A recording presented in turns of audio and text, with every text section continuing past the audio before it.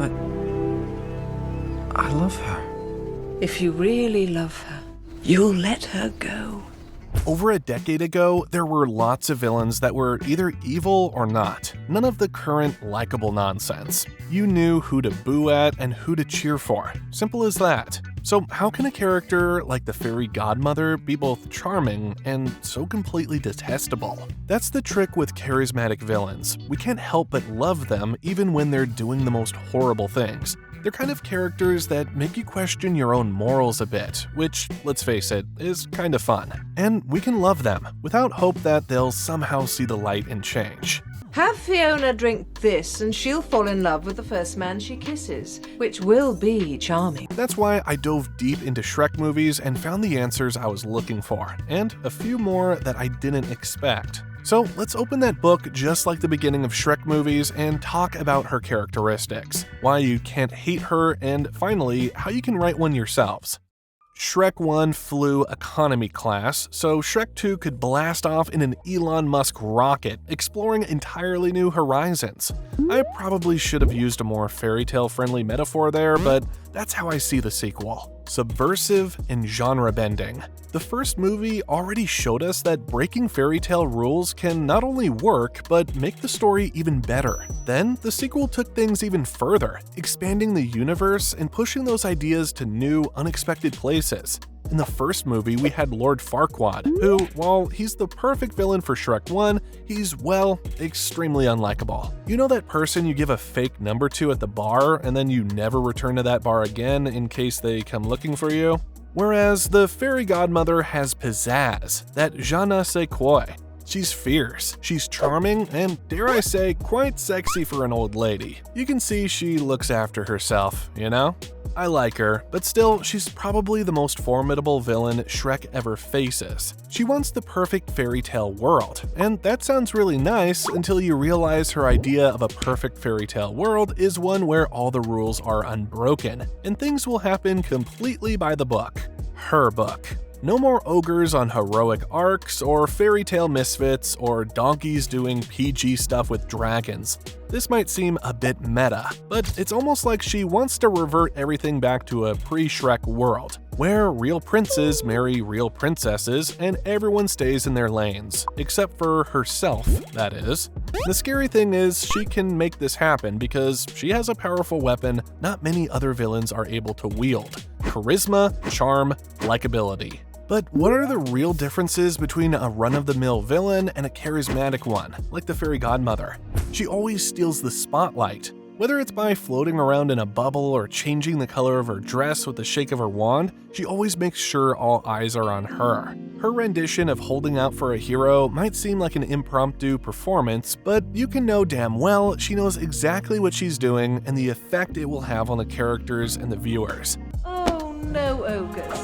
Sleeping Beauty. Oh, no ogres. Ogres don't live happily ever after. I mean, my god, it was spectacular, being immoral and redeemable at the same time. Remember the scene in the coach, that intimidating conversation with King Harold? She manipulates King Harold into fulfilling her deal, showcasing her willingness to use underhanded, immoral methods. However, her devotion to Prince Charming, her son, adds a redeeming quality, making her motivations more relatable. We get the sense that she's doing this for her boy's happiness, and who wouldn't if they were in the position to do it? She knows what she wants and why she wants it. In the stuffy coach with King Harold, as well as later in the potion factory with Shrek, the Fairy Godmother makes her goals and motivations very well known. Not being obtuse or cryptic like some other villains, she wants her son to marry Fiona, like it should be, and through that, she wants power and success for herself. No long PowerPoint presentation, the whole thing can fit on a sticky note. She attacks the hero in clever ways. I mean, surely she could have had Shrek killed in some uncreative way, like tying him to a train track or something. Are there trains in the Shrek universe? Siri, make a note to Google that later. But she's more like a Bond villain than a mustache-twirling cartoon baddie. She devises a clever plan to get rid of Shrek by convincing King Harold to use a love potion on Fiona. This indirect method of separating the couple shows her cunning and creativity, as she uses magic to manipulate emotions. This makes us wonder what else she has up her glittery sleeves. But there's something that has always bugged me about likable villains. Why do they work? And if they're so charismatic, doesn't that make them protagonists rather than antagonists? How do I write one that is just as successful? Well, we'll cover those questions later. Let's go back to the first. Why do we love these bad people? Audiences love to live vicariously through villains. We want to explore dark, selfish desires without actually doing anything wrong themselves and live through evil characters. But for that to happen, the villain needs to have a degree of charisma. Probably the most evil thing the Fairy Godmother does is when she turns Fiona against Shrek. After he drinks the potion and transforms into a human, the Fairy Godmother tries to trick Fiona into believing that Prince Charming is actually Shrek, attempting to make her fall for him instead. How freaking dark is that? And she uses more than just her magic. She uses her devious mind as well, making her so much more engaging. But for audiences to realistically put themselves in those shiny shoes, there's one element that's crucial. The villain needs to be relatable. The Fairy Godmother is such a compelling villain because she's incredibly realistic. She's the kind of person you might encounter in real life, a manipulative figure who hides behind a facade of niceness to get what she wants. Whether it's a mother who goes too far to secure the best for her child, a ruthless business person who mistreats employees, or a cunning politician spinning lies for influence. She embodies traits we've all seen. Also, it's a great lesson for kids, showing that not everyone who seems kind can be trusted. Their cleverness brings out the best in the heroes. The Potion Factory break-in scene shows how the Fairy Godmother's cleverness challenges the heroes. Instead of relying on brute force, Shrek, Donkey, and Puss in Boots have to think on their feet, using distraction and stealth to outsmart her intricate defenses. The Fairy Godmother's cunning forces them to work together and adapt, making the heroes more resourceful and unified. Without her scheming, the heroes wouldn't have been pushed to grow and become more than they were. Entertaining hero-villain dynamics. If you want to captivate me, give me a twisted argument I can't look away from, just like the Fairy Godmother has in the Potion Factory. What in Grimm's name are you doing here? It seems that Fiona is not at all happy. Oh, and is there any question as to why that is? Let's explore that, shall we? She pulls books from her shelf, scanning for fairy tales that might allow Shrek and Fiona to live happily ever after. It's hilarious, but also deeply telling. She's methodical, logical, even as she dismisses each story. Cinderella, Sleeping Beauty, Hansel and Gretel, no ogres. The rapid-fire delivery of this scene highlights just how much she believes in the rigid rules of fairy tales. Rules she's about to enforce with terrifying resolve. And she kinda has a point with her twisted argument. What love stories do we know where an ogre marries a princess? Even Shrek couldn't argue that. All right, look, lady. Don't you point those dirty green sausages at me! And then, when Shrek confronts the Fairy Godmother and Prince Charming at the royal ball, you can feel the sparks fly. Hey, you! Back away from my wife. Shrek? You couldn't just go back to your swamp and leave well enough alone. And then, all hell breaks loose. And where it gets good, Shrek, despite all his insecurities, pushes back. He's determined to prove that real love isn't about fitting into some perfect fairy tale mold. This clash isn't just about magic or muscle, it's a showdown of beliefs. The Fairy Godmother is all about control, twisting the rules of love to suit her, while Shrek's fighting for something genuine. That love is for everyone, even an ogre living in a swamp and a princess. Compare all these scenarios to what antique villains like the Queen of Hearts from Alice in Wonderland or Prince John from Robin Hood would have done in the same situations, and you're left with flat, boring, uninspiring interactions. The Queen of Hearts, with her lack of subtlety, would likely just order "off with his head," an impulsive, brute force approach. Similarly, Prince John, more whiny and cowardly, would probably rely on someone else to handle the situation for him. The Fairy Godmother's influence in Shrek 2 doesn't just shape that movie, it casts the whole series in a new light. In Shrek 1, Fiona's curse seemed like typical bad luck, but Shrek 2 reveals it was all part of the Fairy Godmother's master plan for Fiona to end up with Prince Charming. Her tower prison wasn't just a random curse, it was a calculated setup to trap Fiona until a real prince saved her. Add in King Harold's frog backstory and you see how far back she's been pulling the strings. Her charisma isn't just for show, it's her weapon, charming the audience while manipulating the characters. It really makes you wonder how many other of the characters were somehow manipulated off screen, so to say. Even her own son, Prince Charming. Did he really want to marry Fiona? Is he doing it because his mother wants him to? Or is he also simply under some spell for her own gain? This added mystery shows just what a powerfully written character she really is. When writing a likable villain like the Fairy Godmother, it's crucial to strike the right balance between good, evil, and shades of gray. Here are some tips to help you to get it just right. Follow these guidelines and you'll create a captivating villain every time. Introduce your villain by showing their strengths. When the Fairy Godmother appears in Fiona's bedroom, she immediately demonstrates her magical powers by transforming the room into a whimsical scene, complete with sparkles and enchanted objects. This confident display of magic shows her ability to control and manipulate the environment with ease. Her entrance sets the tone for her character, blending charm with an aura of authority and power. Magic plus charm equals wow, indeed. Balance methods with motivations. In her confrontations with King Harold, the Fairy Godmother balances her manipulative tactics with a personal motivation to secure her son's future. This adds depth to her ruthlessness.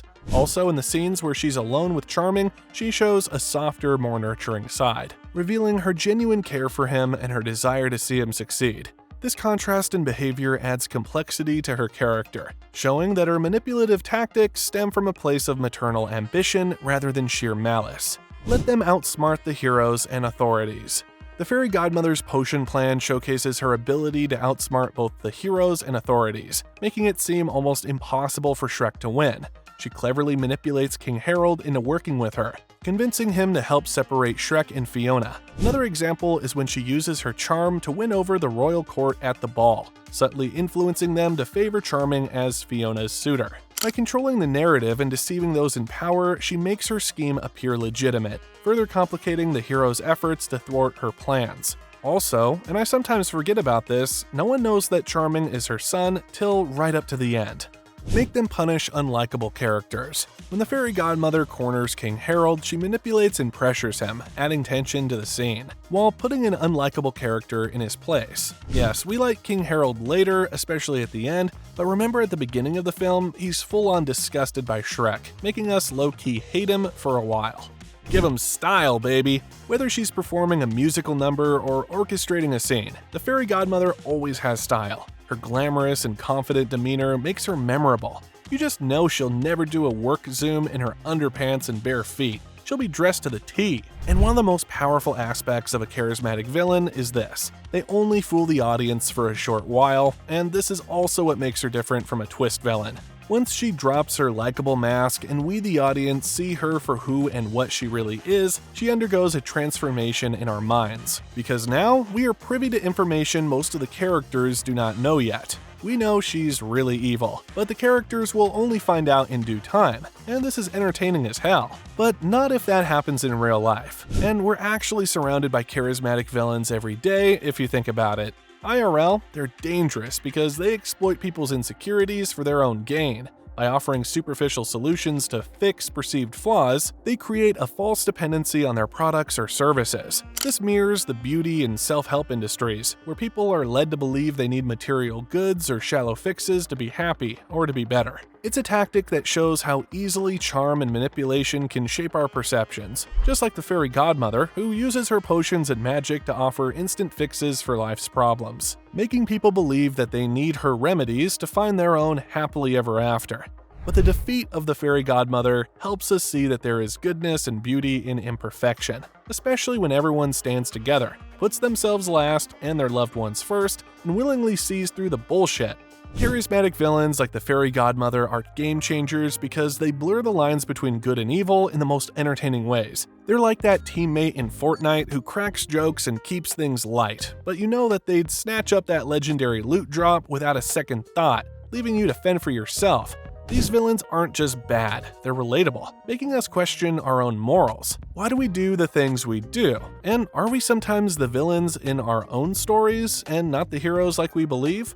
We can't help but be drawn to their antics, even when we know they're up to no good. They force the heroes to step up their game, turning simple good versus evil narratives into complex layered stories. In fact, the heroes can't really grow without them, if you think about it. These villains bring an element of unpredictability, keeping us on the edge of our seats. They can outsmart the hero, steal the spotlight, and still make us laugh while doing it. It's this mix of cleverness, charisma, and a dash of sass that makes them unforgettable and crucial to any great story. So next time you're watching a movie or reading a story, pay close attention to the villains. Notice how they use their charm and wit to manipulate the plot. And if you're a writer or creator, consider adding a little charisma to your next villain. Because if there's one thing we've learned from the Fairy Godmother, it's that a little charm goes a long way, even if it is into wicked territory. Now, let's give these charming villains their due. But remember to keep an eye on them. You never know what they might be plotting next. If you enjoyed this video, make sure to like, subscribe, and hit the notification bell so you never miss our deep dives into your favorite characters. Comment below with your favorite charming villain, and let's keep the conversation going.